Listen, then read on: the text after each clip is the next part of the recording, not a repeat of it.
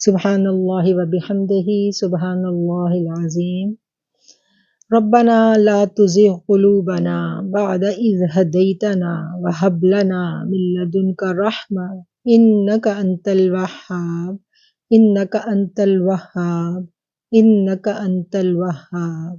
اللهم طهر قلبي من النفاق وعملي من الرياء ولساني من الكذب وعيني من الخيانة فإنك تعلم خائنة الأعين وما تخفي الصدور۔ نحمده ونصلي على رسوله الكريم اما بعد فاعوذ باللہ من الشیطان الرجیم بسم اللہ الرحمن الرحیم۔ اے اللہ، ایک دفعہ ہمارے دلوں کو اپنے دین کی جانب رغبت دینے کے بعد گمراہی اور کجی کی طرف مت موڑنا، ہمیں دین اسلام پہ زندہ رکھنا اور ایمان کی بہترین حالت میں واپس بلانا۔ اے میرے مالک، ہمیں ہدایت دے دینا اور ہمیں دوسروں کی ہدایت کا سبب بنا دینا۔ اے میرے مالک، قرآن کو سمجھنے کی یہ ادنا سی سعی جو ہم کرتے ہیں، اس تھوڑے سے وقت میں برکت ڈال دے، ہمیں قرآن کو سمجھنے والا، سیکھنے والا اور اس سے فیض یاب ہونے والا بنا دے۔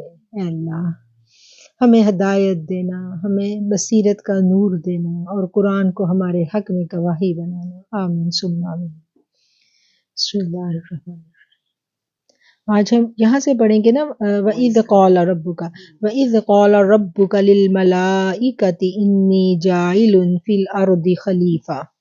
وَإِذْ واو اور اذ جب قالا کہا ربک تمہارے رب نے للملائکتی لل کا مطلب ہوتا ہے کے لیے للملائکتی فرشتوں سے، یعنی جب اللہ نے تمہارے رب نے، اب دیکھیں اللہ کا یہاں انداز کتنا خوبصورت، ایک مخاطب کرنے والا انداز ہے، انسان کو اللہ مخاطب کر رہا ہے کہ جب کہا تمہارے رب نے للملائکتی فرشتوں سے انی بے شک میں جاعل بنانے والا ہوں فی الارض فی میں اردی زمین میں خلیفہ ایک نائب۔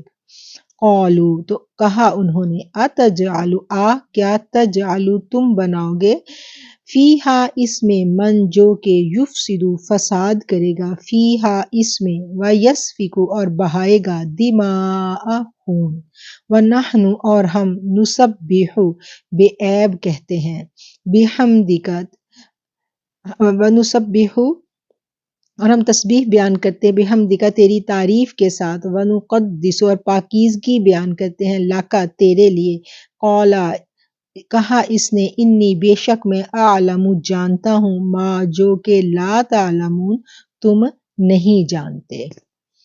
اب اس آیت کا ہم نے لفظی ترجمہ دیکھا، با محاورہ ترجمہ دیکھتے ہیں۔ اور جب تمہارے رب نے فرشتوں سے کہا کہ میں زمین میں اپنا ایک نائب بنانے والا ہوں، تو انہوں نے کہا کیا تو اس میں بنائے گا جو اس میں فساد برپا کرے گا اور خون بہائے گا، اور تیری تعریف کے ساتھ ہم تیری تسبیح بیان کرتے ہیں، تیری پاکیزگی بیان کرتے ہیں۔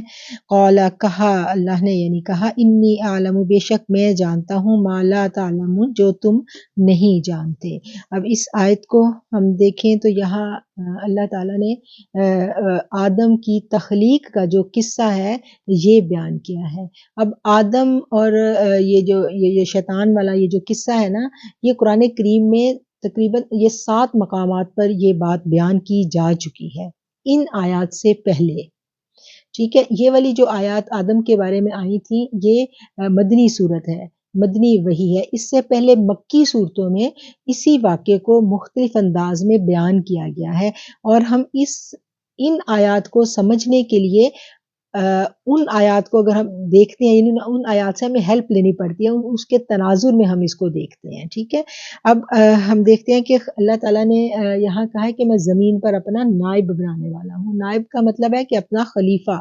خلیفہ جو ہے وہ بادشاہ کی طرف سے، ایک حاکم کی طرف سے اپنا مقرر کیا جاتا ہے، اپنی جیسے ایک بادشاہ جو ہے وہ اپنے اختیارات کچھ دے کے، کچھ اس کو ٹریننگ دے کے بھیجتا ہے کسی علاقے کے اندر۔ ٹھیک ہے، اور خلیفہ کا کیا کام ہوتا ہے کہ وہ وہاں پر جائے گا اور جو اس کے مالک نے اس کو احکامات دیے ہیں ان احکامات کے مطابق وہاں پر وہ جو بھی یعنی کام ہے، امور ہے، ان کو سر انجام دے گا۔ اب خلیفہ جو ہے اس کو جب کوئی بادشاہ کسی کو خلافت دیتا ہے اپنی، تو اس کا کیا کام ہے کہ وہ اس کو اختیارات بھی دیتا ہے۔ ٹھیک ہے نا. کوئی خلیفہ بے اختیار تو نہیں ہوتا نا، اس کو اختیارات بھی دیے جاتے ہیں، اس کو ایک یعنی آؤٹ لائن دے دی جاتی ہے، اور اس آؤٹ لائن کے بعد اس کو کیا سمجھا دیا جاتا ہے کہ اگر اس آؤٹ لائن میں کسی بات کا ایگزیکٹ جواب موجود نہیں ہے تو پھر اگلا کیا ہوتا ہے کہ اس کو اتنا فہم دیا جاتا ہے، اتنی اس کو اتنا تدبر دیا جاتا ہے کہ وہ ان احکامات کی روشنی میں فیصلہ کر سکے. سمجھ آ گئی نا بات کی کہ خلیفہ، ہم ادھر خلیفہ کو سمجھ رہے ہیں نا، خلیفہ وہ ہوگا کہ اس کو اول یہ کہ اس کو فہم، تدبر اور بصیرت، یہ سب کچھ اس کو عطا ہوگا. اللہ کی 3 مخلوقات ہیں نا جن کو اپنے ہونے کا شعور ہے، اس میں سے ایک تو فرشتے ہیں جو اللہ کی ایک مخلوق ہے جس کو اپنے ہونے کا شعور ہے، ان کو پتہ ہے کہ ہم اللہ کی عبادت کرتے ہیں، تسبیح بیان کرتے ہیں. دوسری مخلوق جنات کی تھی کہ جن کو اختیار دیا گیا تھا، اور تیسری مخلوق جو ہے وہ انسان ہے. انسان جو ہے اس کو بھی اللہ تعالیٰ نے شعور دیا ہے اپنے ہونے کا، اور اس کو اس شعور کے ساتھ ساتھ ابھی اگلی آیت میں ہم پڑھیں گے کہ اللہ نے علم بھی دیا ہے. ٹھیک ہے، اب اگلی آیت کو ہم دیکھیں گے. ابھی ہم صرف خلیفہ کو سمجھیں گے کہ خلیفہ کو یہ تینوں باتیں جو ہیں خلیفہ میں ہوتی ہیں. ایک تو اس کو اختیار دیا جاتا ہے، فیصلہ کرنے کا اختیار، اور اس کو کورس آؤٹ لائن دی جاتی ہے، سلیبس دیا جاتا ہے، اور اس سلیبس کی روشنی میں اس کو وہ تدبر اور وہ فہم اس کو عطا کیا ہوا ہوتا ہے مالک نے کہ اگر کوئی نئی چیز تم وہاں دیکھو جس کا جو اس آؤٹ لائن میں نہیں ہے تو تم ان احکامات کی روشنی میں، اس آؤٹ لائن کی روشنی میں اپنے فہم اور اپنی بصیرت سے اس کا فیصلہ کر سکو. ٹھیک ہے، فیصلہ یعنی جو بھی فیصلہ کرنا ہے جس کو ہم اجتہاد کہتے ہیں نا. قرآن اور حدیث میں تمام احکامات موجود ہیں لیکن کچھ باتیں نہیں بھی آ جاتی ہیں نا وقت کے ساتھ، تو جس کا فیصلہ پھر جو ہے نا وہ اجتہاد، اجماع جس کو کہا جاتا ہے نا امت کا، کہ تمام علماء کرام بیٹھتے ہیں. کیوں؟ کیونکہ ان کے پاس وہ بصیرت اللہ نے ان کو دی ہوتی ہے نا، اور ان کے پاس پوری کورس آؤٹ لائن بھی ہوتی ہے. تو جن احکامات کا فیصلہ واضح طور پر قرآن و حدیث میں نہیں ہے، پھر اس کے اوپر کہا گیا نا کہ علماء کا اجماع ہے. ہاں، تو بہت سارے مسائل ہوتے ہیں، ویسے وقت کے ساتھ ساتھ مسائل درپیش ہوتے ہیں نا امت کو، تو پھر وہ فیصلے جو ہیں وہ اس طرح سے کیے جاتے ہیں. اب خلیفہ یہ ہو گیا. اب کیا ہے کہ اب خلیفہ کو یہ بھی پتا ہوتا ہے کہ میں نائب ہوں، میں بادشاہ نہیں ہوں، اور میں کسی کے آگے جواب دہ ہوں. وہ قادر مطلق نہیں ہوتا، اس کو ہر وقت اس کے ذہن میں پیچھے یہ بات ہوتی ہے کہ میں قادر مطلق میں نہیں ہوں، اور یہ جواب دہی کا خوف جو ہے اس کو ہر وقت لرزائے رکھتا ہے.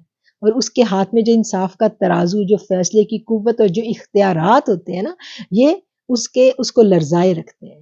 اور یہ لرز اور یہ کیفیت ہمیں خلفائے راشدین میں نظر آتی ہے کہ وہ کتنا راتوں کو روتے تھے. اور حضرت سیدنا عمر فاروق جو ہیں، جب ان کو احساس ہوا، جب ان کے جانے کا وقت قریب آ گیا، تو وہ کتنا بڑا بادشاہ تھا، آدھی دنیا پہ ان کی سلطنت تھی اور لوگ کامتے تھے، تو وہ بادشاہ اتنا خوف زدہ تھا اپنے قادر مطلق کے آگے پیش ہونے پر کہ وہ اپنی گھر جاتے ہیں اور اپنی بیوی بچوں کو بٹھا کے کہتے ہیں کہ میرے جانے کا وقت مجھے لگتا ہے قریب ہے، تو مجھے تم لوگ بتاؤ کہ اگر میں نے تم لوگوں کے ساتھ کوئی زیادتی کی ہے تو مجھے بتاؤ اور مجھے معاف کر دو. تو ان کی بیوی نے اس وقت کہا تھا کہ ہاں، میں نے ساری عمر آپ سے ڈر کے گزاری ہے کیونکہ اب غصے کے بہت تیز تھے، اور میں اپنا حال دل صحیح طور پہ آپ کے سامنے جو ہے وہ بیان نہیں کر سکتا. تو پھر سیدنا جو وہ عمر تھے، انہوں نے اپنی جو زوجہ محترمہ تھی، انہوں نے ان سے معافی مانگی. انہوں نے کہا کہ مجھے حضرت عمر کتنا دبدبا تھا، انہوں نے کہا کہ میں تمہارے دبدبے کی وجہ سے کبھی کھل کے تمہارے آگے اپنی بات بیان نہیں کر سکی. تو انہوں نے پھر معافی مانگی. تو کیا ہے کہ خوف تھا، کس بات کا خوف تھا؟ کہ میں نے اپنے قادر مطلق کے آگے پیش ہوں. تو یہ جو انسان ہے، ہر انسان اللہ کا خلیفہ ہے. اگر ہم دیکھتے ہیں، ہم سب کو ایک سلطنت دی گئی ہے. اب یہ احکامات صرف ان بادشاہوں کے لیے نہیں ہے، یہ ہم سب کے لیے. ہم سب ایک سلطنت کے مالک ہیں نا. میرا وجود میری سلطنت ہے. تو میں دیکھوں کہ میں اپنے اوپر میں اللہ کے احکامات کو کتنا نافذ کرتی ہوں. جو میں نے ابھی بات کی نا کہ ہم سب کے اندر بھی ایک فرعون ہوتا ہے، تو ہم سب کے اندر بھی تکبر ہے، ساری کی ساری برائیاں ہمارے اندر بھی موجود ہیں، اور ہم تک ہدایت بھی پہنچ چکی ہے. اللہ کی قرآن، اللہ کی کتاب، اللہ کا میسج، اور پھر پورے کے پورے رول ماڈلز ہمارے سامنے موجود ہیں. یہ بات نہیں ہے کہ میں اس چیز سے اپنے آپ کو مبرہ کر لوں. خلافت میرے پاس بھی ہے. وہ خلافت کیا ہے کہ جو احکامات میرے تک پہنچے ہیں وہ ان احکامات کو اپنی ذات پہ کتنا لاگو کر رہی ہوں، کہیں اسراف تو نہیں کر رہی، جو مجھے دیا گیا اس میں کتنی ایمانداری سے پوری اتر رہی ہوں. تو یہ سارے کے سارے احکامات کا فیصلہ مجھے، جو میری سلطنت ہے، جو میرا گھر ہے، جو جیسے حضرت سیدنا عمر فاروق کا میں نے بتایا نا، ان کی ہم نے مثال دیکھی کہ آدھی دنیا کا بادشاہ ہے اور وہ اپنے ہی گھر میں جا کے معافی کا طلبگار ہو رہا ہے اپنی عورت سے. تو کیا ہے کہ کیونکہ ہم سب جواب دہ ہیں. ہمیں ایسے لگتا ہے یہ میرا گھر ہے، میری حکمرانی ہے. حکمرانی صرف اور صرف اللہ کی ذات کی ہے. قانون تو اسی کا ہے، ہمیں تو اس نے اختیار دیا. جو مال اللہ نے مجھے دیا وہ بھی، اس پہ بھی ہمیں تصرف یہی ہوتا ہے کہ یہ میرا مال ہے. وہ بھی تو اس رب کا ہے نا، وہ جب چاہے مجھ سے واپس لے لے. اور پھر اس تمام مال کا میں نے اللہ کو حساب بھی دینا ہے. جو وقت اس نے مجھے دیا، سب سے قیمتی چیز میرا وقت ہے نا جو میرے پاس ہے. تو اس وقت کو میں نے کتنا ایمانداری سے خرچ کیا، کتنا اس وقت کا استعمال میں نے اللہ کے احکامات کی پابندی میں، اطاعت میں کیا، اور کتنا وقت میں نے ضائع کیا. تو جو اپنا وقت ہے اس کے اوپر ہی اگر ہم ایک شام بیٹھ کے انالیسس کریں تو 24 گھنٹوں میں مجھے بتائیں 5 نمازوں میں جس طرح کی ہماری نمازیں ہوتی ہیں اس کے لیے ہم آدھا گھنٹہ نکال لیں تو باقی 23.5 گھنٹے اس کو اگر ہم تقسیم کریں 3 حصوں میں تو 8 گھنٹے گزر گئے نیند کے لیے. اور ان 8 گھنٹوں میں سے ہم دیکھیں کہ 8 تو جو ہے باقی کے جو 8 دو 8 بن گئے نا، 3 حصوں میں تقسیم کریں. ایک حصہ 8 گھنٹوں کا نیند اور باقی 8 اور 8. تو ان باقی جو 2 آٹھے بچے ہیں ان 2 8 گھنٹوں میں ہم کیا کرتے ہیں؟ تو اب بات پھر وہی، ہم جب قرآن کو پڑھتے ہیں نا تو ہمیں بہت ساری باتیں سمجھ آنے لگتی ہیں. بلیو کریں سب سے پہلے تو وہی بات ہے نا، اپنی ذات کو ہم نے دیکھنا ہے، کسی کو نہیں دیکھنا. ہم اپنی ذات کو دیکھیں کہ یہ جو خلافت، جو میری خلافت ہے، جو میری سلطنت ہے، میں اس پہ کتنا اس رب کے، میں نے تو بھی احکامات ہی نہیں سیکھے. میں نے ساری دنیاوی تعلیم تو حاصل کر لی لیکن اس کے دین کو ہی نہیں سیکھا، اتنا بھی نہیں سیکھا جتنا کہ ضروری ہے سیکھنا. یہ کتاب تو ہم سب کے لیے ضروری ہے نا، اس کو ہی نہیں سیکھا. تو اپنی اپنی خلافت کو، اپنی اپنی سلطنت کو ہم سب نے دیکھنا ہے کہ اس سلطنت میں جو دیکھیں اپنے گھر پہ اور اپنے وجود پہ ایٹ لیسٹ ہم کہیں گے گھر میں میرا مکمل اختیار نہیں ہے تو میرے وجود پر تو میرا اختیار ہے نا. ایک اگر ہم اپنی عبادات کو ہی دیکھیں، اپنے دینی علم جو ہم نے حاصل کرنا ہے ہم اس کو ہی دیکھیں تو کتنا علم ہم نے حاصل کیا ہے، کتنا ہم نے اپنے قلب کی جو صفائی ہے اس کے اوپر ہم نے کتنی محنت کی ہے. کلمہ جو ہم نے سیکھا ہے اس کو ہم نے کتنا پکا کیا ہے. ٹھیک ہے نا. ہم نے جن کا ساتھ روز مانگتے ہیں ان میں سے ہم نے ہوم ورک میں نے آپ کو دیا تھا نا کہ ہم نے ہوم ورک، مجھے کتنی دور دور سے لوگوں نے اپنے اتنے خوبصورت بھیجے ہوم ورک کے، ہم نے یہ ہوم ورک کیا ہے. ایک انگلینڈ سے ایک ہماری ساتھی ہیں تو وہ کہتی کہ میں نے حضرت سودا کے اوپر اسٹڈی کی کہ میں نے ان کا ساتھ چاہیے تو ان کی لائف کو دیکھا.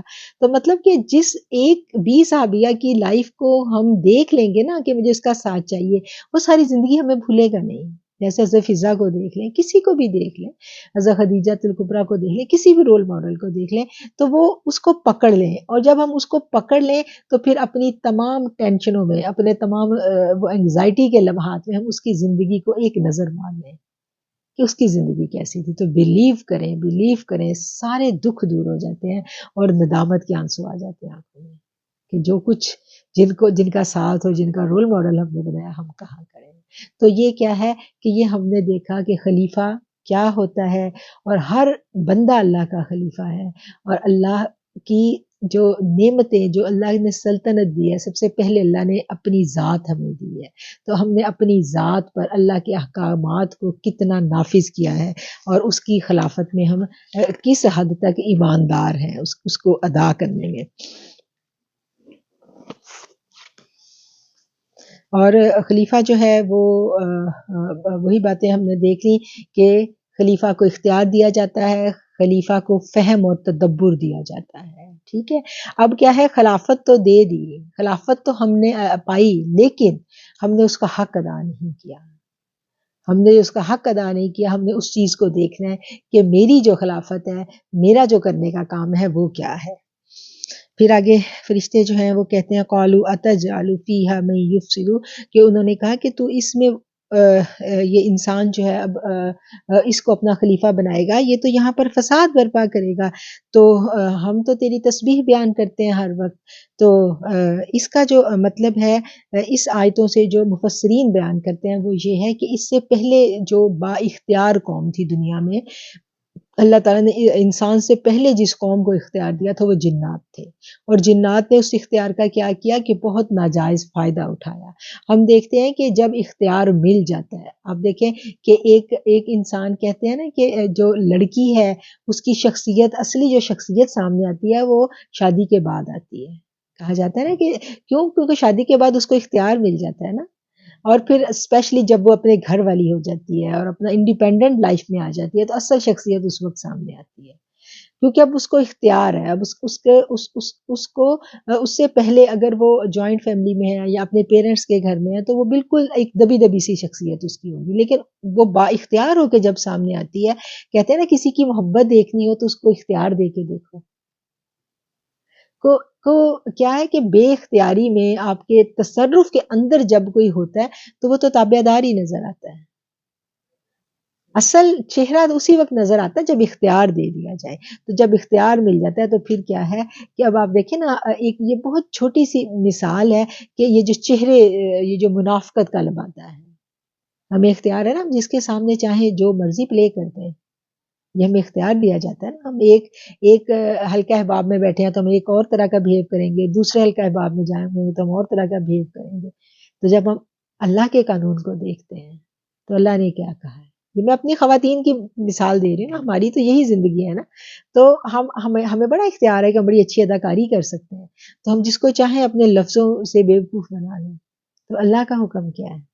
جب ہم اللہ کے حکموں کو دیکھیں گے تو اللہ نے تو کہا منافقت نہیں کرنی، جو بھی ہے سامنے بیان کرنا.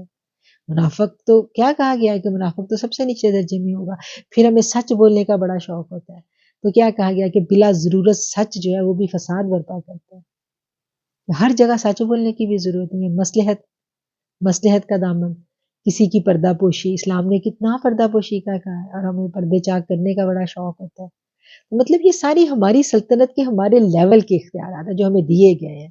تو یہ چھوٹی چھوٹی اخلاقی برائیاں ہیں کہ جن کی ہم خود سے اپنی اصلاح کر سکتے ہیں، لیکن کیا ہے کہ ہم اس کی یا تو کرنا نہیں چاہتے یا کرتے نہیں ہیں.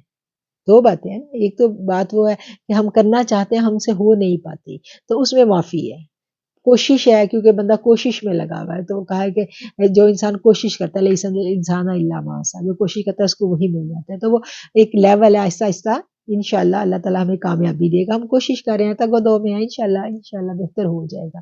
اور اس کی وہ میں نے کہا تھا کہ سب سے پہلی مثال یہ ہوتی ہے کہ ہمیں اپنے عیب نظر آنے لگتے ہیں قرآن کو پڑھ کے. تو ہمیں اپنے عیب نظر آنے لگے ہیں کہ ہماری خلافت ہے، جو ہماری راج دہانی ہے، جو ہماری ذات ہے، اس کے اندر ہم کیا کر سکتے ہیں اپنے لیول پہ. ٹھیک ہے نا، ہم بادشاہوں کی بات تو بعد میں کریں گے نا، ہم اپنے لیول پہ.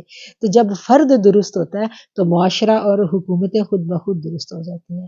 وہ کہتے ہیں نا ہمارے بادشاہ بڑے ظالم ہیں، پاکستان میں ہمارا یہ بڑا شکوہ ہے کہ ہمیں حکومت اچھی آئے گی تو ہم سب کچھ ٹھیک ہو جائے گا. تو ہم نبی کریم صلی اللہ علیہ وسلم کی حدیث کو دیکھتے ہیں نا کہ جب لوگ ناپ تول میں کمی کر دیں گے تو ان کے اوپر ظالم بادشاہ جو ہے وہ مسلط کر دیے جائیں گے، جو ان کے اوپر رحم نہیں کریں. حدیث کا مفہوم ہے. تو آپ دیکھیے کہ وہ ایک ریڑھی والے سے مسئلہ تو وہاں سے شروع ہوا نا، بہت چھوٹے لیول سے. تو اب اسی طرح ہم گھر میں بیٹھے ہوئے ہم کہتے ہیں ہماری تو اپنی زندگی خلافت بادشاہی، یہ کیا بات ہے، ہمارا اس میں کوئی تعلق نہیں ہے. تعلق ہے. ہر انسان بڑا قیمتی ہے. کیسے قیمتی ہے ابھی اگلی آیتوں سے ہمیں پتا چلے گا کہ ہر انسان جو ہے وہ کتنا قیمتی ہے. ٹھیک ہے. وَنَحْنُ اور ہم جو ہیں ہم تیری تعریف کرتے ہیں، تیری پاکیزگی بیان کرتے ہیں. اللہ تعالیٰ نے کیا کہا؟ قَالَ إِنِّي أَعْلَمُ مَا لَا تَعْلَمُونَ. اللہ نے کہا کہ جو میں جانتا ہوں وہ تم نہیں جانتے. وَعَلَّمَ اور سکھلائے آدم کو اسماء نام کلہا ان سب چیزوں کے، ثم عرضہم پھر انہیں ان کے سامنے کیا، علی الملائکتی اللہ پر ملائکہ فرشتے، فقالا پھر کہا، انبئونی مجھ کو بتلاؤ، بی اسمائی نام، ہاؤلائی ان کے، ان اگر کنتم تم ہو، صادقین سچے. پھر کیا کہا گیا کہ اگر تم سچے ہو تو ان سب کے نام جو ہے وہ مجھے بتلاؤ۔ اب ہم اس آیت کا بامحاورہ ترجمہ دیکھ لیں۔ اور اس نے یعنی اللہ تعالیٰ نے آدم علیہ السلام کو سب چیزوں کے نام سکھلائے، پھر انہیں فرشتوں کے سامنے پیش کیا، پھر کہا مجھ کو ان کے نام بتلاؤ اگر تم سچے ہو۔ اللہ کس کو کہہ رہا ہے؟ فرشتوں سے مخاطب ہو کے کہہ رہا ہے کہ اگر تم، یہ فرشتوں نے کہا تھا نا کہ یہ فساد برپا کرے گا، تو اب اللہ نے آدم کو علم عطا کر دیا، ٹھیک ہے نا، وعلم، اور اللہ نے علم عطا کیا۔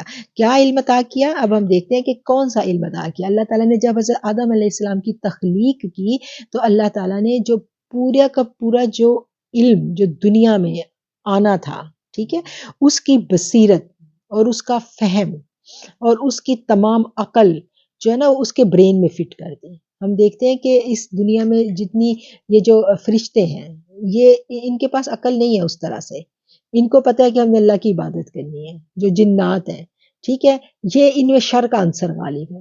اب انسان کو اللہ تعالیٰ نے جتنی سائنس نے قیامت تک ترقی کرنی ہے، وہ تمام کا تمام علم ایک سافٹ ویئر کی شکل میں انسان کی عقل کے ساتھ اس کے برین میں فٹ کر دیا گیا۔ سمجھ آ گئی بات؟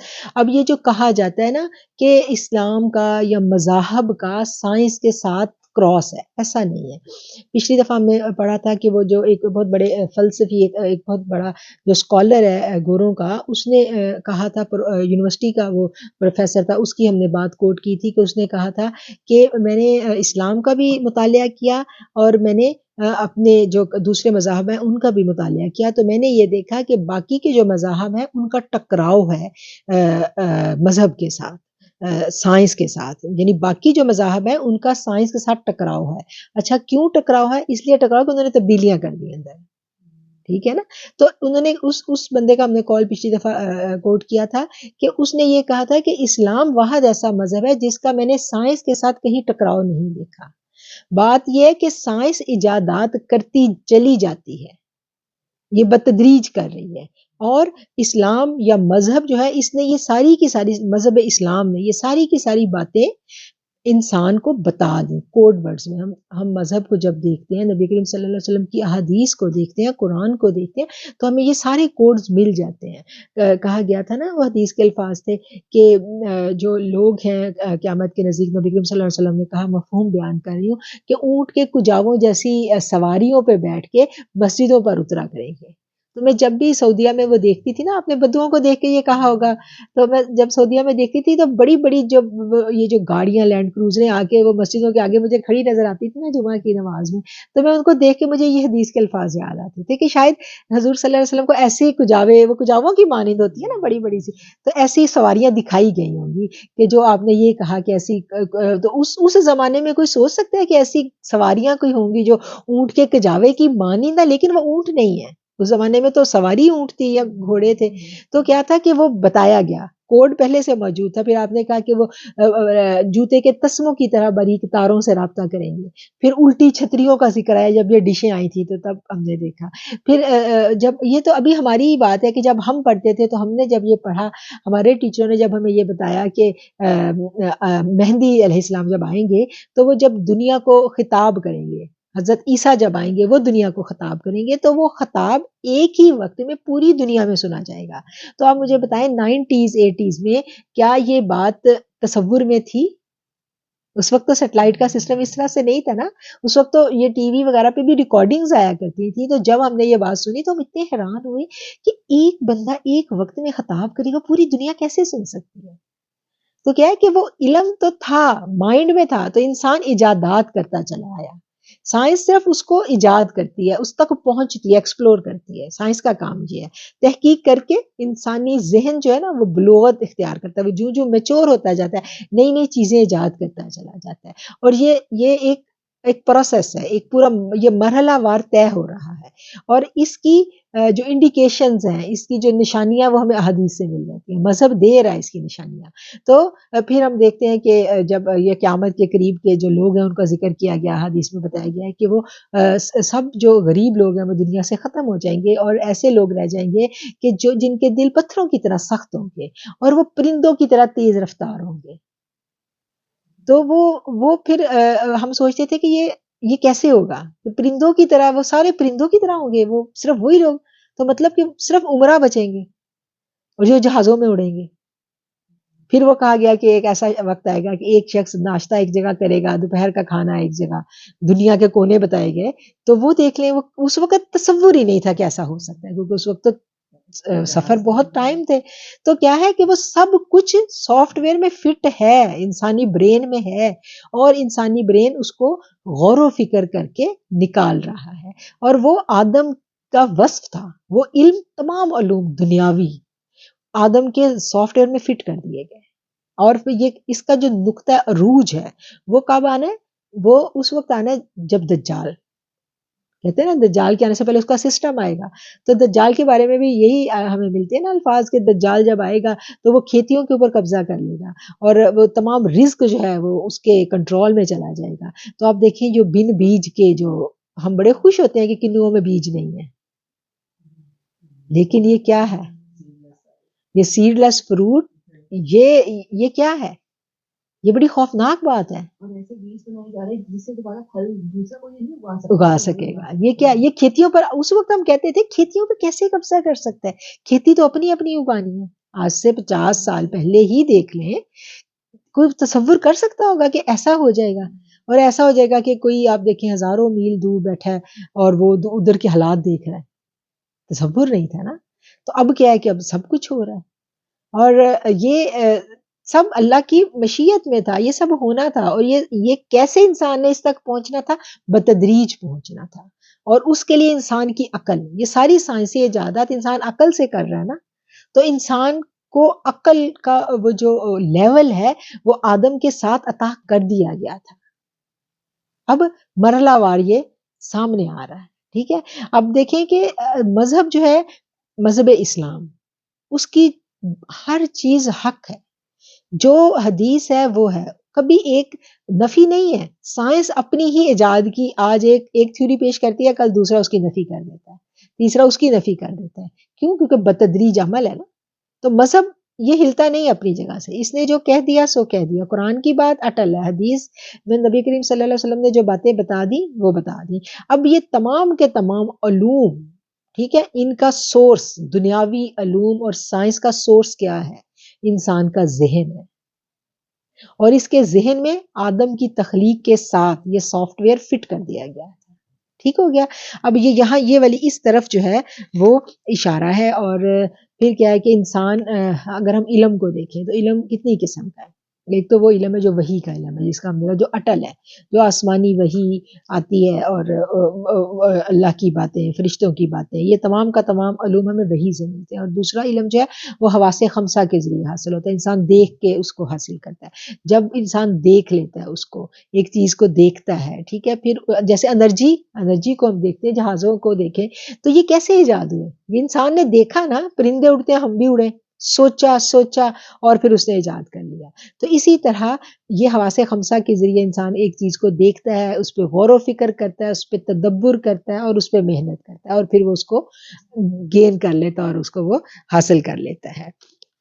تو یہ جتنا یہ والا جو عقلی علوم ہے، اس کا جو منبع ہے، جو سورس ہے، وہ انسانی برین ہے، انسانی ذہن ہے اور انسان ہے.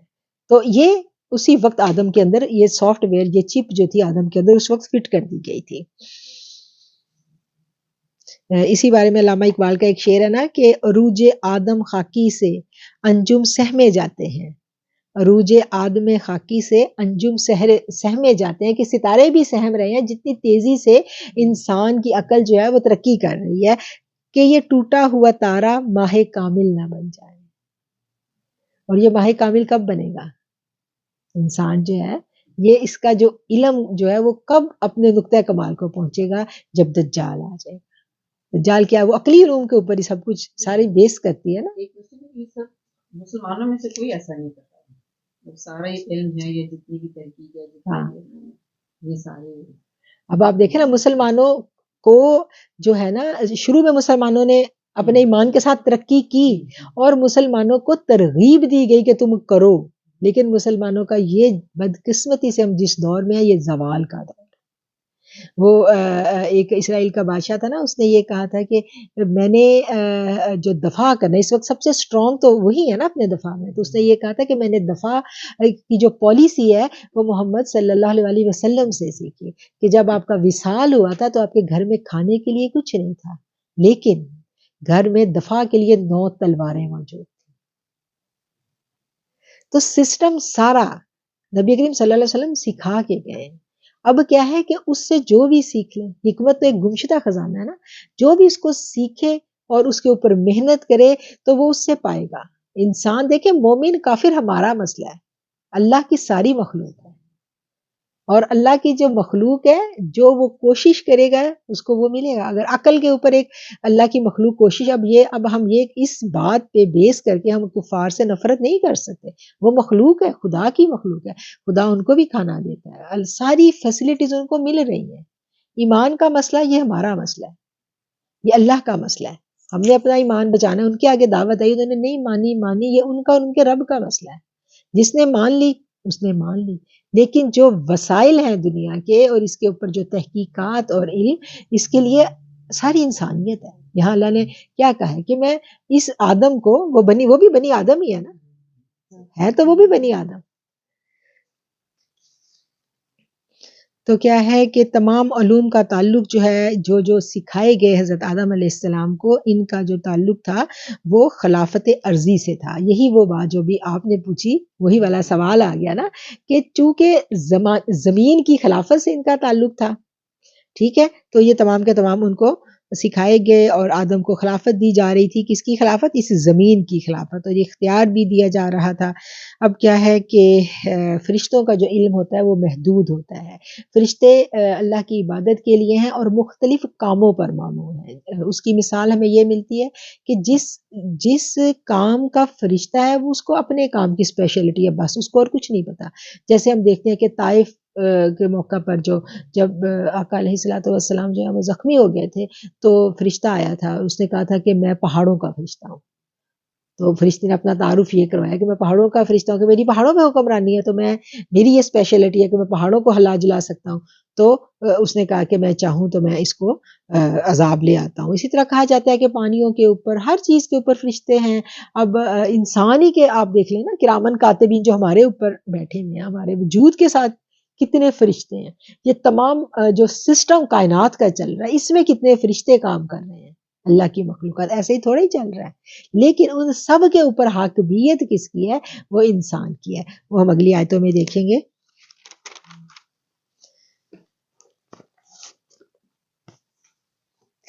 فرشتوں نے کیا کہا؟ قالو سبحانک، انہوں نے کہا سبحانک، تو پاک ہے، لا علم لنا، علم نہیں، لا نہیں، علم لنا ہمارے لیے، الا مگر ما جو کہ علمتنا تو نے ہمیں سکھایا، انک بے شک تو، انت تو ہی ہے، علیم، العلیم آ گیا یہاں جاننے والا، یعنی بہت ٹوٹل علم کے معنوں میں آ گیا، سب کچھ جاننے والا، والحکیم، اور ساری حکمت والا۔ اب فرشتے کیا کہہ رہے ہیں کہ ساری کی ساری جو حکمت ہے اور سارا کا سارا جو علم ہے، ایک علم الگ چیز ہے اور حکمت الگ چیز ہے، دو چیزیں ہیں یہ علم، کہ العلم آیا تمام علم، اور الحکمت آ گیا کہ تمام حکمت، کہ کون سی بات کو کیسے سمجھنا ہے، یہ ساری کی ساری باتیں جو ہیں یہ اللہ ہی جانتا ہے۔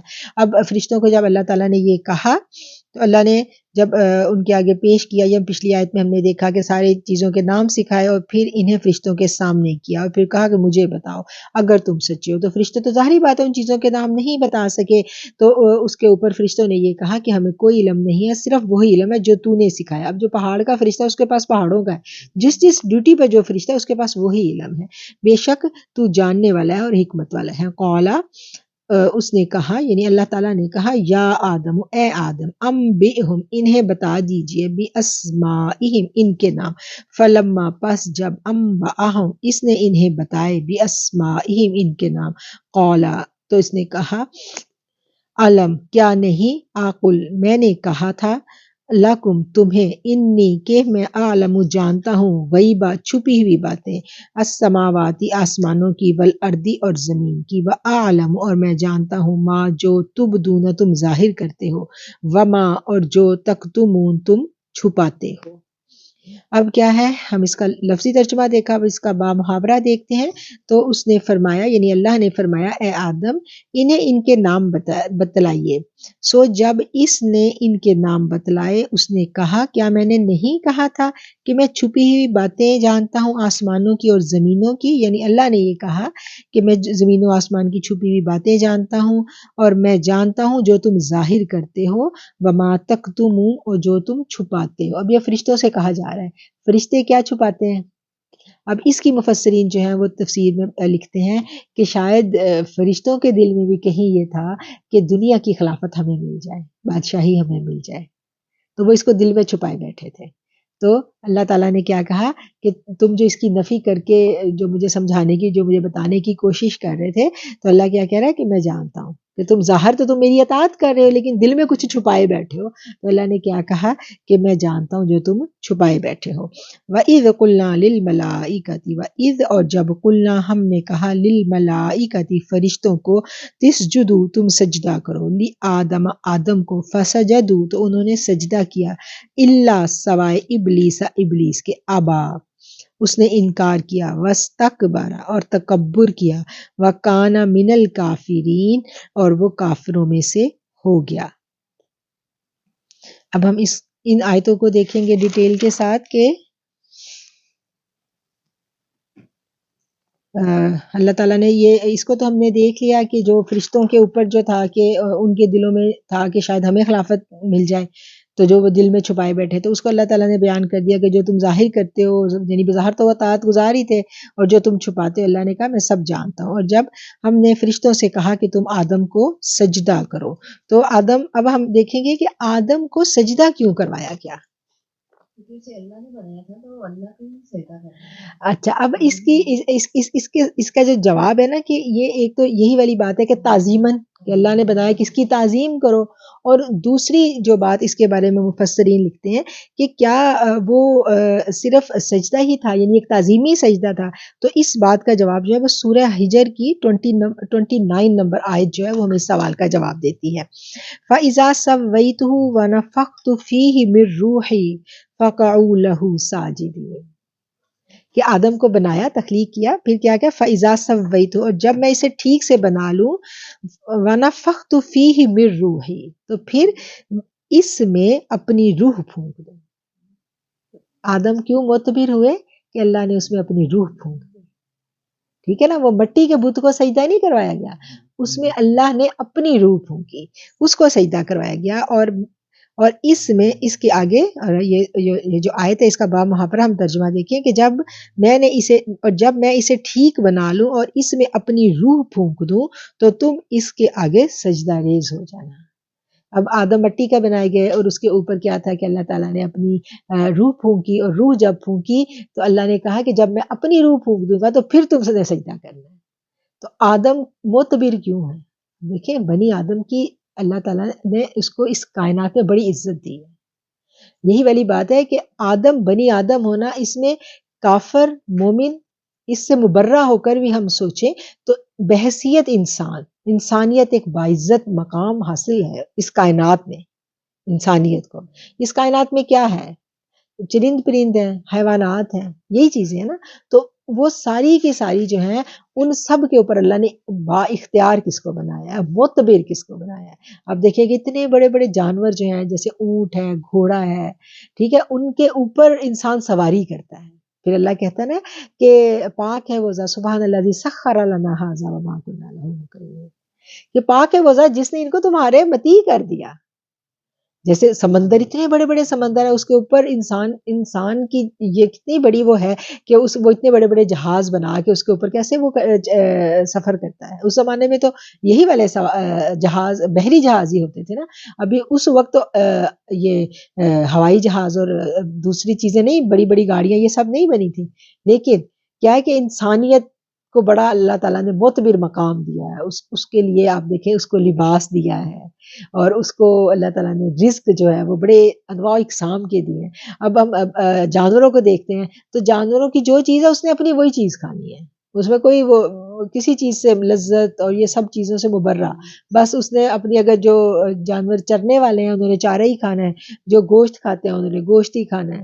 اور کیسے کھانا ہے ان کا طریقہ دیکھیں، اور انسانیت کو دیکھیں کتنی عزت دی ہے اللہ نے. تو انسانیت، تمام انسانیت اللہ کے قریب، کیونکہ ایک کافر بھی ہے تو اس کے اندر بھی تو اللہ نے روح پھونکی ہے نا، تو اس روح کی وجہ سے انسان معتبر ہو گیا. تو اسی لیے کہا جاتا ہے نا کہ بزرگ کہتے ہیں کہ اس وقت تک ہم اللہ کے قرب کو نہیں پا سکتے جب تک ہم اللہ کی مخلوق سے پیار نہ کریں، اللہ کی مخلوق کو بے عیب دیکھیں، یعنی اس کے عیب نہ چنیں. اور اللہ نے قرآن میں ہی کہا ہے نا کہ وَيْلٌ لِّكُلِّ ہُمَزَةٍ لُمَزَةٍ، کہ اس کے عیبوں کو نہ دیکھو. اللہ نے کتنی سخت آیت کہہ دی کہ ہر تانا دینے والے اور عیب چننے والے کی بربادی ہے.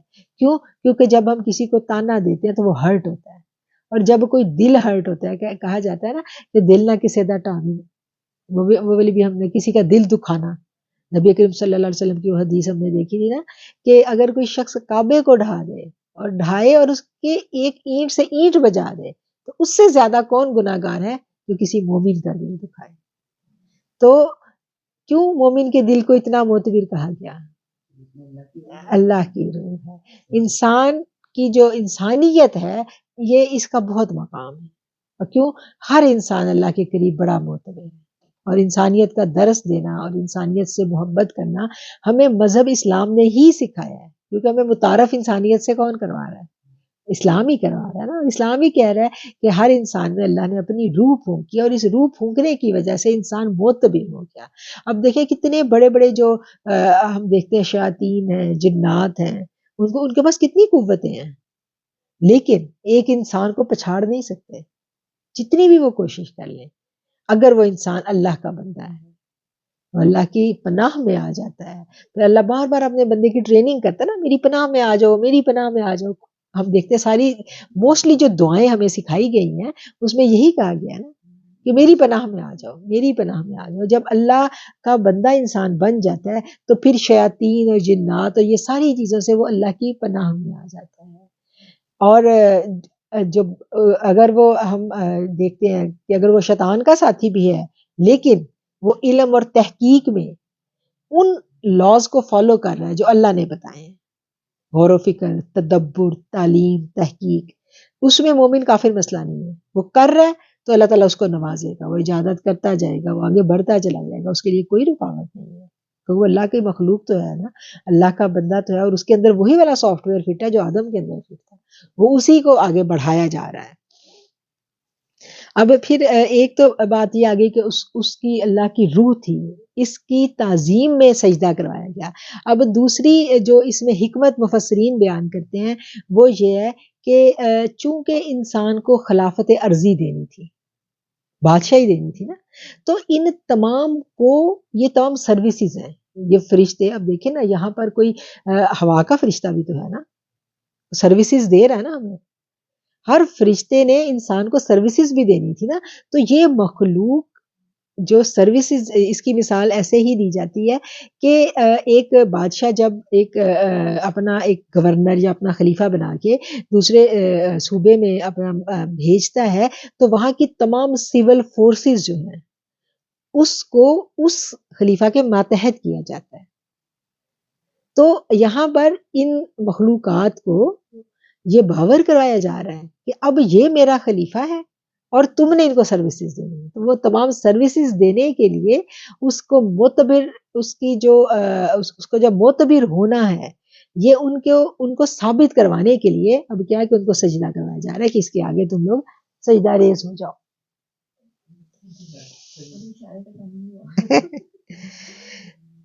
تو اس میں دو حکمتیں آ گئی. ایک حکمت تو یہ آ گئی کہ اللہ کی اس میں روح تھی، دوسری حکمت یہ آ گئی کہ اس کو خلافت دینی تھی اور ان تمام مخلوقات کو یہ باور کرایا جانا ضروری تھا کہ اب یہ میرا خلیفہ ہے اور تمہیں اس کے ماتحت رہنا ہے.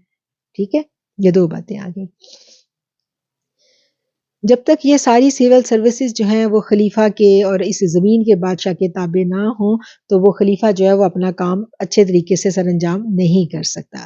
پوری جو کائنات ہے یہ ایک سسٹم کے تحت چل رہی ہے، اور جب بھی کوئی انسان کوئی ارادہ کرتا ہے، اس ارادے کی تکمیل کے لیے جب وہ عمل کرتا ہے تو اس عمل میں جتنی فورسز ہیں، یہ جو اللہ کی جو فورسز ہیں، یہ ساری کی ساری جو ہیں وہ اس کے ساتھ کوآپریٹ کرتی ہیں. اب دیکھیں کہ یہ جو کشش ثقل ہے، اسی کو ہم دیکھ لیں، اسی کی ایگزامپل دیکھیں. ہم پاؤں اٹھاتے ہیں، زمین پہ رکھتے ہیں پھر اٹھاتے ہیں، تو یہ کشش ثقل کے ساتھ ہو رہا ہے نا. ایون کہ انسان کا سٹول پاس کرنا، یہ سب کچھ کیا ہے، یہ کشش ثقل اس میں انسان کے ساتھ معاونت کرتی ہے. جب چاند پہ انسان جاتا ہے تو وہ پاؤں اٹھاتا ہے، واپس نہیں آتا، اس کا کشش ثقل نہیں ہے نا، وہ انسان کے رہنے کے لیے نہیں ہے وہ جگہ. تو کیا ہے کہ اس کے لیے ہم دیکھتے ہیں کہ وہاں پر جو لوگ جاتے ہیں تو ان کو سٹول پاس کرنے میں، خوراک میں، یہ سب کتنے مسائل ہیں. تو یہاں پورا ایک سسٹم ہے جو انسان کے ساتھ معاونت کر رہا ہے. تو یہ کتنی بڑی ایک بلیسنگ ہے. ہم اس چیز پہ غور کریں تو قدم، یہ جو کشش ثقل ہے، ایک چیز گری وہ تو گرے ہی نہ، پاؤں اٹھا کے چلے ہی نہ، اگر یہ سسٹم انسان کے معاون نہ ہو. تو یہ پورے کا پورا سسٹم انسان کو معاونت دے رہا ہے. اب آگے لفظ آ جاتا ہے جی کہ سب نے سجدہ کیا الا ابلیس، سوائے ابلیس کے. اب ابلیس کا لفظ یہاں آیا. اب یہاں اس آیت میں یہ نہیں سمجھ آ رہی کہ یہ ابلیس کون تھا. یہاں دیکھیں نا، یہ جو کہا گیا نا کہ سب نے سجدہ کیا، اور کیا ہے، جب ہم نے فرشتوں سے کہا تم سجدہ کرو آدم کو، تو انہوں نے سجدہ کیا سوائے ابلیس کے. اب اس آیت کو ہم پڑھیں تو ہم یہاں ابلیس، ہمیں نہیں پتا ابلیس کون تھا، ابلیس فرشتوں میں سے تھا یا جنوں میں سے تھا، کون تھا. تو اس بات کا جو جواب ہے، یہ میں نے آپ کو بتایا کہ ان آیات سے جہاں یہ قصہ بیان کیا جا رہا ہے، 6 دفعہ آیتیں اتر چکی تھی مکہ میں جو وحی آئی تھی ان میں، کہ اس قصے کو وہاں مختلف انداز میں بیان کیا گیا تھا. تو سورہ کہف کو ہم دیکھتے ہیں تو سورہ کہف کی 50 نمبر آیت ہے، اس میں اللہ تعالیٰ کہتے ہیں وَإِذْ قُلْنَا لِلْمَلَائِكَةِ اسْجُدُوا فَسَجَدُوا إِلَّا إِبْلِيسَ، اور جب ہم نے فرشتوں سے کہا کہ سجدہ کرو تو انہوں نے سجدہ کیا سوائے ابلیس کے. کانا من الجن، یہ سورہ کہف ہمیں بتا رہی ہے کہ کانا من الجن، وہ جنوں میں سے تھا. اب آپ دیکھیں، اب آج جو فتنے کا دور ہے، آج کیا ہوتا ہے کہ لوگ ایک آیت کو پکڑتے ہیں، پکڑ کے، اور جو بھولے بھالے لوگ ہیں ان کو گمراہ کرنے کے لیے کہتے ہیں کہ دیکھو یہاں تو ابلیس کا پتہ ہی نہیں کون ہے. جو بیچارے سادے جنہوں نے پورا قرآن نہیں پڑھا وہ پریشان ہو جاتے ہیں. یہ آج کل بہت واقعات اس طرح کے ہو رہے ہیں، اور بہت جو بچے ہیں وہ اسپیشلی آج کل کے جو نئے جو قرآن کو جو جن کو بھی انہوں نے نہیں پڑھا ہوا، اور وہ کوئی ایک آدھ پکڑ کے کوئی ان کو گمراہ کر دے تو وہ چلے جاتے ہیں اس میں کہ یہ تو واضح ہی نہیں ہے کون ہے، اور آپ لوگ ایسے ہی کہتے ہو جن ہے، کوئی نہیں قرآن میں، یہ دیکھیں یہاں کوئی ذکر ہی نہیں آیا. تو یہ اس لیے میں ضمناً یہ ساتھ ساتھ واضح کرتی جا رہی ہوں، آپ لوگوں کو بتاتی جا رہی ہوں کہ یہ سوالات آج اٹھ رہے ہیں تو ہمیں پتہ ہونا چاہیے کہ سورہ کہف میں اللہ نے بتا دیا تھا کہ ابلیس کون ہے. ٹھیک ہے، سورہ کہف میں اللہ نے بتا دیا کہ کان من الجن، وہ جنوں میں سے تھا.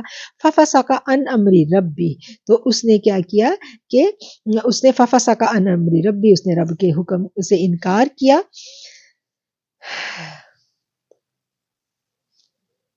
ابلیس جو تھا یہ جن تھا، اور اس نے یہ سرکشی کی، اور فرشتے جو تھے ان میں یہ وصف نہیں تھا، فرشتے سرکش نہیں تھے.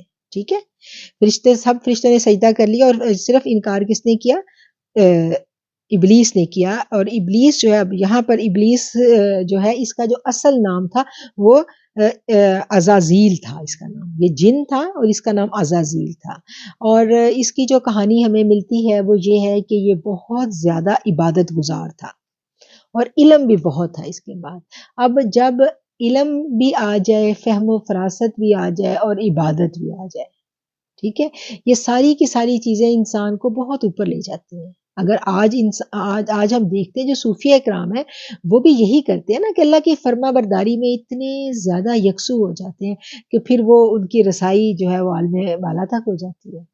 یہی چیزیں ہیں نا عالم بالا تک لے جانے والی، یہی چیزیں ہیں نا کہ بہت زیادہ عبادت اور اللہ کی فرما برداری. جب انسان بہت زیادہ عبادت اور فرما برداری میں جاتا ہے تو پھر اس کی رسائی ملائکہ تک، فرشتوں تک، اور عالم بالا تک ان کی رسائی ہونے لگتی ہے. تو یہ بھی اسی طریقے سے عالم بالا تک پہنچ گیا، اور اتنا اوپر پہنچا کہ فرشتوں کی صف میں شامل ہو گیا جا کے، اتنی اس نے عبادت کی. لیکن کیا ابلیس نے، اب کیا ہے کہ اس کا نام عزازیل تھا، اور یہ اس کا ابلیس اس کا نام کیوں پڑا؟ کیونکہ یہ مایوس ہو گیا تھا اللہ کی رحمت سے. کیونکہ اس کی جو عبادت تھی، اس کا مقصد جو تھا وہ یہ تھا اختیار حاصل کرنا.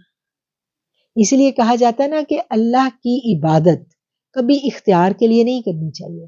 یہ جو ہمارے ہاں ایک کانسیپٹ پایا جاتا ہے نا اسلام میں روحانیت کا، تو روحانیت کا جو کانسیپٹ ہے اس میں بہت زیادہ توہمات اور مس کانسیپٹ شامل ہو چکے ہیں.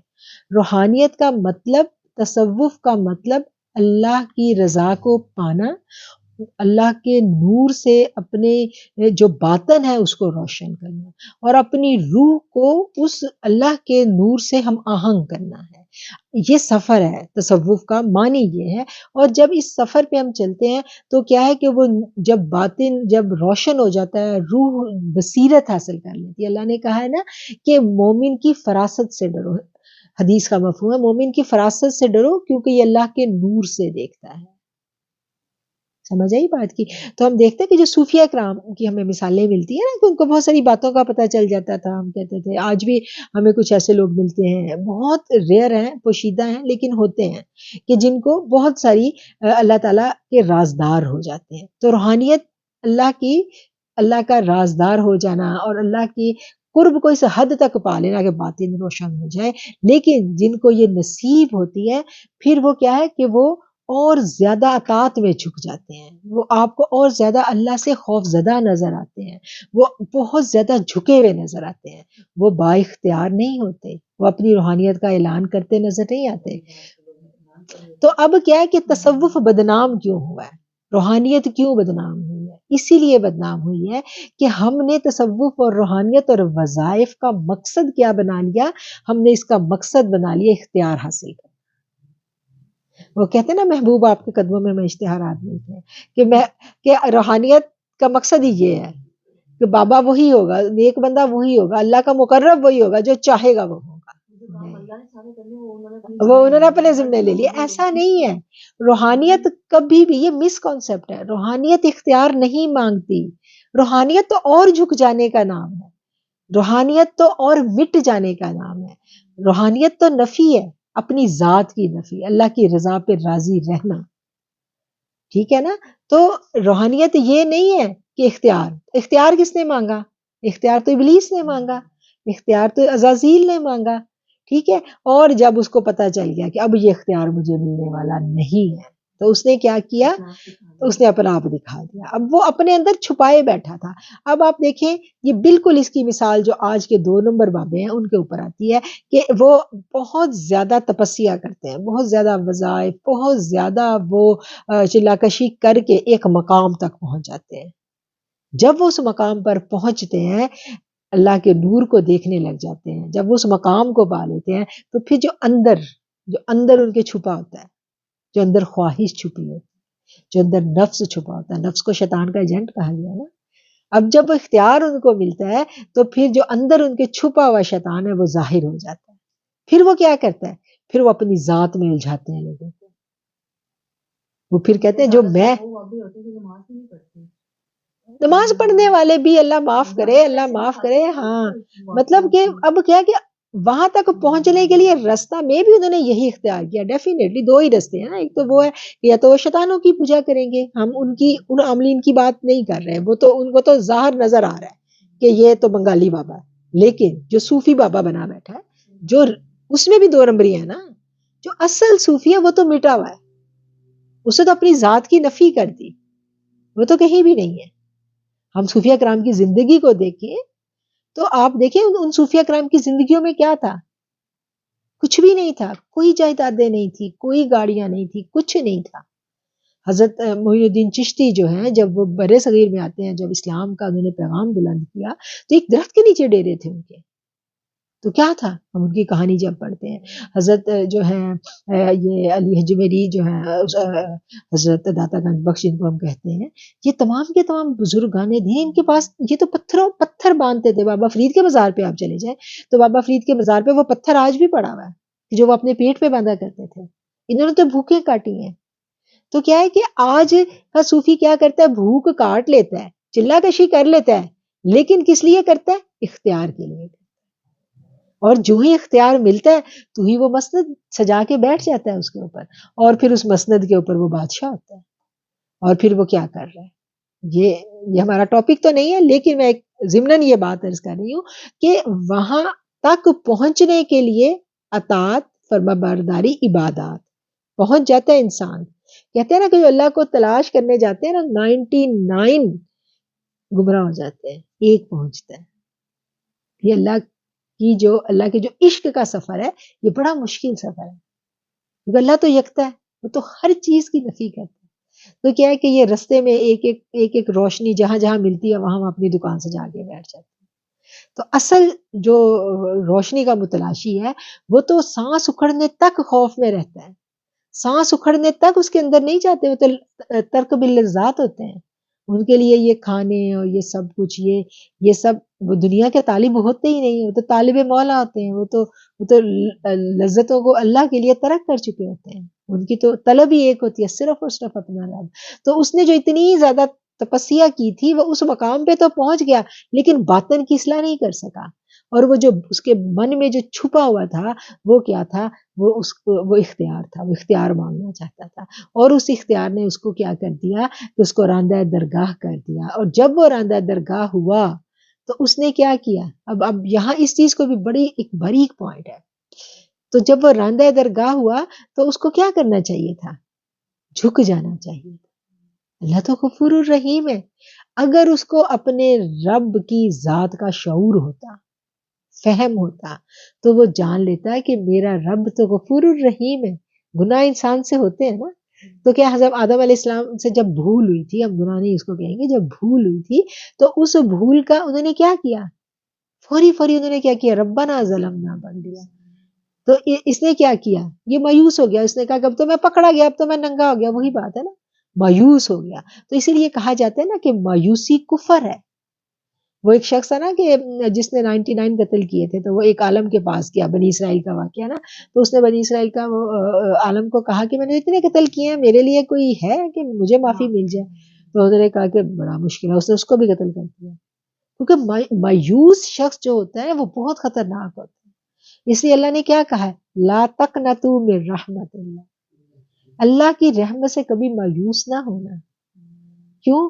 کیونکہ جب بھی اللہ کی رحمت کو پکارو گے وہ تمہیں ملے گی. اور پھر اللہ تو ایسے لوگوں کے بارے میں کہتا ہے کہ میں ان کی برائیوں کو حسنات میں بدل دیتا ہوں. اسی لیے کہا جاتا ہے نا کہ کسی گناہ گار کو دیکھ کے اس سے کبھی نفرت نہ کرو، اس کو برا نہ کہو. کیا پتا وہ کس لمحے توبہ کر لے اور وہ توبہ کر کے مقربین میں چلا جائے، ہمیں نہیں پتا. اس سے نفرت نہ کرو. اور ہمیں نہیں پتا کب اس کو ہدایت مل جائے. تو مطلب کہ کام تو وہی ہے کہ اپنی ذات کے اندر ہی سب کچھ ہے. اگر ہم جب عبادت کرتے ہیں یا وظائف کرتے ہیں یا کچھ بھی کرتے ہیں، اگر مقصد وظیفہ کرنا بری چیز نہیں ہے. تکرار کے ساتھ اللہ، وظیفہ کیا ہے، تکرار کے ساتھ اللہ کو پکارنا ہی وظیفہ ہے نا. ہم کسی مشکل میں، ہم تو مشکل میں اللہ کو ہی پکارنا ہے، تو تکرار کے ساتھ ہم پکاریں گے، ان اسماء کے ساتھ پکاریں گے جس میں اسی بات کا ذکر ہے. جیسے ایک شخص ہے، اس کو رزق کی کمی ہے، تو وہ اللہ کو یا رزاقو کہہ کے تکرار کے ساتھ پکارے گا. تو وظیفہ کرنا بری چیز نہیں ہے، لیکن اختیار حاصل کرنے کے لیے وظیفہ کرنا کہ مجھے اختیار مل جائے، یہ غلط ہے، یہ ٹھیک نہیں.